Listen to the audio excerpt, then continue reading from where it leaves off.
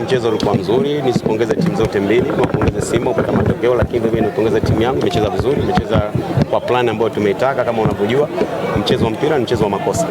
Makosa ya mtu mmoja mmoja ameweza kutuharimu, na hususan tumefanya kosa eneo la hatari ambalo wenzetu wamelitumia, lakini yote na yote mimi niseme sio mbaya. Hii ni mechi ya kikubwa, kwa hivyo tumeamuliwa, tumecheza na watu wakubwa, wameamua kikubwa.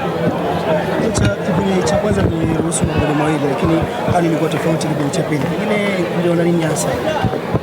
Tuliona kwa tumeshapoteza. Tumefungwa magoli ya kizembe, kwa tumeenda katika mechi ya pili, tunatakiwa tujipange na tuwe makini kwa sababu tumepoteza umakini mechi kipindi cha kwanza. Kipindi cha pili tulikuwa makini, maana yake hatuwezi kuhukumiwa tena. Na hicho ndio kilichotokezea. Kwa wachezaji wameenda kucheza kwa plani ambayo tumezidi kuwasisitiza, kafanyeni hicho kitu na wameweza, kwa sababu tungeweza kuzembea tena nadhani tungefungwa magoli mengi. Lakini kiukweli na sisi tumepata nafasi at least japo moja mbili tumeshindwa kuzitumia. Nadhani tungezitumia mchezo ungekuwa wa aina nyingine.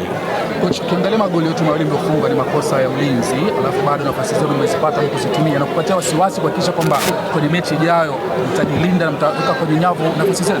Hatuna wasiwasi na hilo. Mimi nasema kwa sasa hivi tunasema KMC inaendelea kubadilika siku hadi siku. Kwa hivyo leo wamefanya makosa, kwa tunatakiwa tena tusichoke, kwa sababu hii ni kazi kubwa ambayo kazi ya mpira maana yake ni kufundisha makosa ambayo tumeona. Kwa hiyo sisi tunaenda kuona makosa ya leo tuyatengeneze ili yasirejee tena mechi ijayo, na imani watakaa sawa, na hata pamoja na kwa tumepata nafasi ya kuweza kuzitumia, bila shaka walinzi wameona na striker wameona nini tunahitaji kwa sasa. Kwa hiyo nadhani kila mmoja atakwenda kujiuliza ili tuingie kwa uwanja wa mazoezi, tuendelee kuwafundisha zaidi, watakaa sawa kwa makosa yao, watarekebisha. Kipindi cha pili mmeonekana kwa contain Simba, ni kwamba kipindi cha pili mlikuwa bora zaidi katika yale maeneo ambayo mlifanya vibaya kipindi cha kwanza.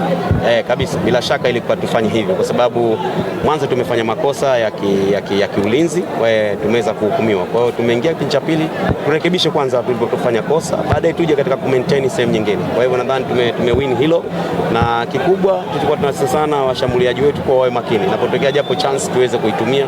Tumepata chance japo alao ile, nadhani ingekuwa kaitumia vizuri, mchezo nadhani tungekuwa zaidi ungezidi ladha kuwa nzuri zaidi. Kocha inaonekana sauti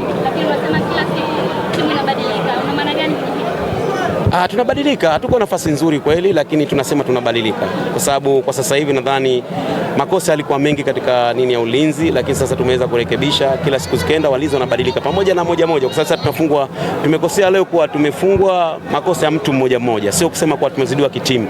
Kwa hivyo kama ni mmoja maana yake tunao nafasi ya kuweza kumrekebisha ili siku ya pili asitofanye tena makosa. Usisahau kusubscribe kwenye YouTube Mwandike Digital.